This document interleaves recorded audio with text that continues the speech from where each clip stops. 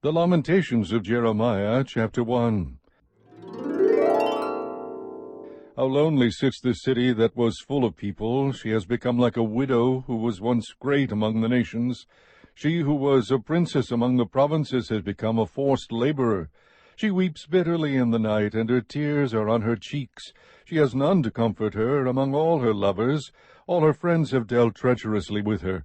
They have become her enemies. Judah has gone into exile under affliction and under harsh servitude. She dwells among the nations, but she has found no rest. All her pursuers have overtaken her in the midst of distress. The roads of Zion are in mourning, because no one comes to the appointed feasts. All her gates are desolate, her priests are groaning, her virgins are afflicted, and she herself is bitter. Her adversaries have become her masters, her enemies prosper. For the Lord has caused her grief because of the multitude of her transgressions. Her little ones have gone away as captives before the adversary. All her majesty has departed from the daughter of Zion. Her princes have become like deer. They have found no pasture, and they have fled without strength before the pursuer. In the days of her affliction and homelessness, Jerusalem remembers all her precious things that were from the days of old, when her people fell into the hand of the adversary, and no one helped her. The adversaries saw her, they mocked at her ruin. Jerusalem sinned greatly, therefore she has become an unclean thing. All who honored her despise her, because they have seen her nakedness. Even she herself groans and turns away. Her uncleanness was in her skirts. She did not consider her future. Therefore she has fallen astonishingly. She has no comforter. See, O Lord, my affliction, for the enemy has magnified himself. The adversary has stretched out his hand over all her precious things, for she has seen the nations enter her sanctuary, the ones whom you commanded that they should not enter into your congregation. All her people groan, seeking bread. They have given their precious things for food, to restore their lives themselves. See, O Lord, and look, for I am despised. Is it nothing to all you who pass this way? Look and see if there is any pain like my pain, which was severely dealt out to me, which the Lord inflicted on the day of his fierce anger. From on high he sent fire into my bones, and it prevailed over them. He has spread a net for my feet. He has turned me back. He has made me desolate, faint all day long. The yoke of my transgressions is bound. By his hand they are knit together. They have come upon my neck. He has made my strength fail. The Lord has given me into the hands of those against whom I am not able to stand. The Lord has rejected all my strong men in my midst. He has called an appointed time against me to crush my young men. The Lord has trodden, as in a winepress, the virgin daughter of Judah. For these things I weep. My eyes run down with water, because far from me is a comforter, one who restores my soul. My children are desolate, because the enemy has prevailed. Zion stretches out her hands. There is no one to comfort her. The Lord has commanded concerning Jacob that the ones round about him should be his adversaries. Jerusalem has become an unclean thing among them. The Lord is righteous, for I have rebelled against his command. Hear now, all peoples, and behold my pain. My virgins and my young men have gone into captivity. I called to my lovers, but they deceived me. My priests and my elders perished in the city, while they sought food to restore their strength themselves. See, O Lord, for I am in distress. My spirit is greatly troubled. My heart is overturned within me, for I have been very rebellious.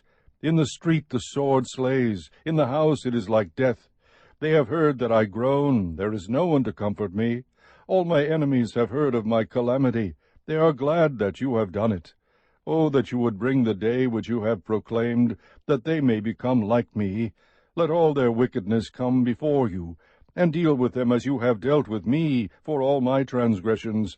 For my groans are many, and my heart is faint. Chapter 2. How the Lord has covered the daughter of Zion with a cloud of his anger. He has cast from heaven to earth the glory of Israel, and has not remembered his footstool in the day of his anger. The Lord has swallowed up. He has not spared all the habitations of Jacob. In his wrath he has thrown down the strongholds of the daughter of Judah. He has brought them down to the ground. He has profaned the kingdom and its princes. In fierce anger he has cut off all the strength of Israel. He has drawn back his right hand from before the enemy, and he has burned in Jacob like a flaming fire, consuming round about. He has bent his bow like an enemy. He has set his right hand like an adversary, and slain all that were pleasant to the eye. In the tent of the daughter of Zion he has poured out his wrath like fire. The Lord has become like an enemy. He has swallowed up Israel. He has swallowed up all its palaces. He has destroyed its strongholds, and multiplied in the daughter of Judah mourning and moaning. And he has violently treated his tabernacle like a garden booth. He has destroyed his appointed meeting place. The Lord has caused to be forgotten the appointed feast and Sabbath in Zion, and he has despised king and priest in the indignation of his anger. The Lord has rejected his altar.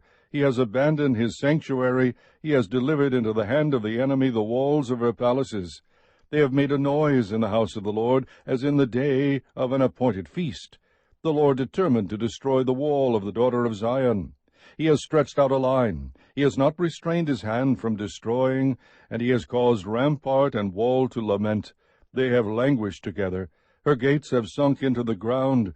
He has destroyed and broken her bars. Her king and her princes are among the nations.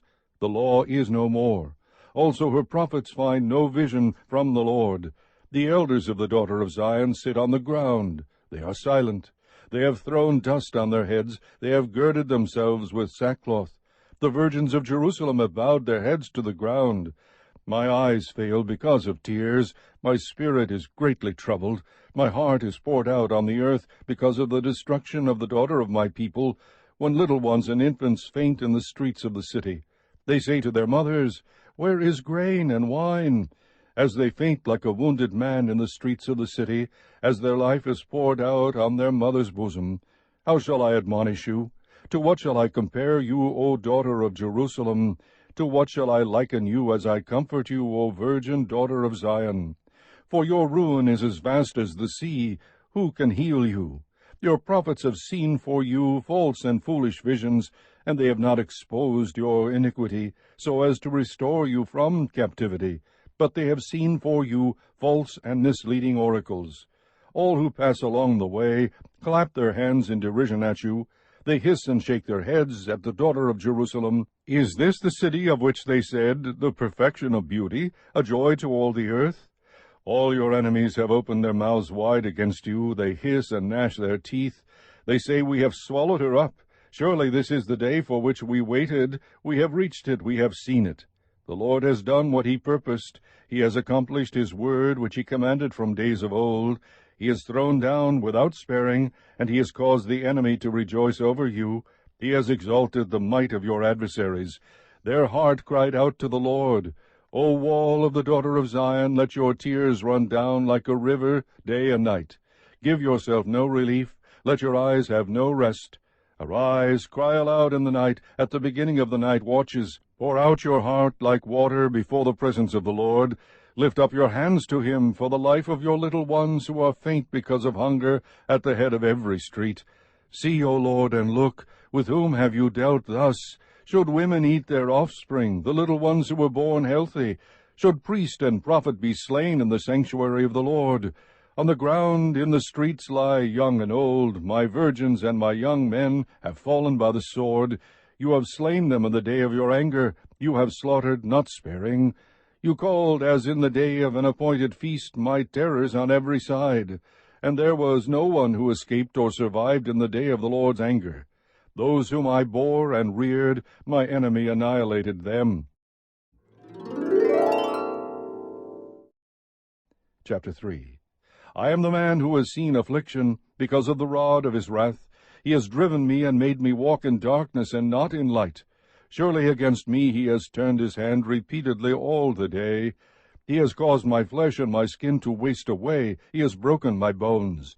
He has besieged and encompassed me with bitterness and hardship. In dark places he has made me dwell, like those who have long been dead. He has walled me in so that I cannot go out. He has made my chain heavy. Even when I cry out and call for help, he shuts out my prayer. He has blocked my ways with hewn stone. He has made my paths crooked. He is to me like a bear lying in wait, like a lion in secret places. He has turned aside my ways and torn me to pieces. He has made me desolate. He has bent his bow and set me as a target for the arrow. He made the arrows of his quiver to enter into my inward parts. I have become a laughingstock to all my people, their mocking song all the day. He has filled me with bitterness. He has made me drunk with wormwood. He has broken my teeth with gravel. He has made me cower in the dust. My soul has been rejected from peace. I have forgotten happiness. So I say, my strength has perished, and so has my hope from the Lord. Remember my affliction and my wandering, the wormwood and bitterness. Surely my soul remembers and is bowed down within me. This I recall to my mind, therefore I have hope. The Lord's loving kindnesses indeed never cease, for his compassions never fail.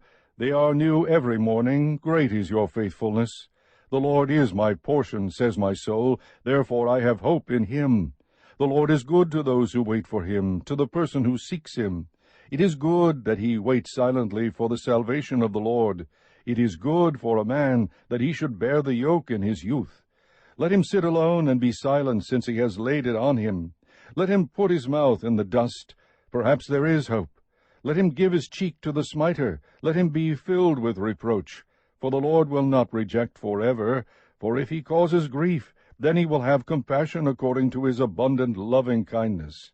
For he does not afflict willingly or grieve the sons of men, to crush under his feet all the prisoners of the land, to deprive a man of justice in the presence of the Most High, to defraud a man in his lawsuit. Of these things the Lord does not approve. Who is there who speaks, and it comes to pass, unless the Lord has commanded it? Is it not from the mouth of the Most High that both good and ill go forth? Why should any living mortal or any man offer complaint in view of his sins? Let us examine and probe our ways, and let us return to the Lord. We lift up our heart and our hands toward God in heaven. We have transgressed and rebelled. You have not pardoned. You have covered yourself with anger and pursued us. You have slain and have not spared. You have covered yourself with a cloud so that no prayer can pass through. You have made us mere offscoring and refuse in the midst of the peoples. All our enemies have opened their mouths against us. Panic and pitfall have befallen us, devastation and destruction. My eyes run down with streams of water because of the destruction of the daughter of my people. My eyes pour down unceasingly without stopping, until the Lord looks down and sees from heaven. My eyes bring pain to my soul because of all the daughters of my city. My enemies without cause hunted me down like a bird. They have silenced me in the pit and have placed a stone on me. Waters flowed over my head. I said, I am cut off. I called on your name, O Lord, out of the lowest pit. You have heard my voice. Do not hide your ear from my prayer for relief, from my cry for help. You drew near when I called on you. You said, do not fear. O Lord, you have pleaded my soul's cause. You have redeemed my life. O Lord, you have seen my oppression. Judge my case. You have seen all their vengeance, all their schemes against me. You have heard their reproach, O Lord, all their schemes against me. The lips of my assailants and their whispering are against me all day long. Look on their sitting and their rising. I am their mocking song. You will recompense them, O Lord, according to the work of their hands. You will give them hardness of heart. Your curse will be on them. You will pursue them in anger and destroy them from under the heavens of the Lord.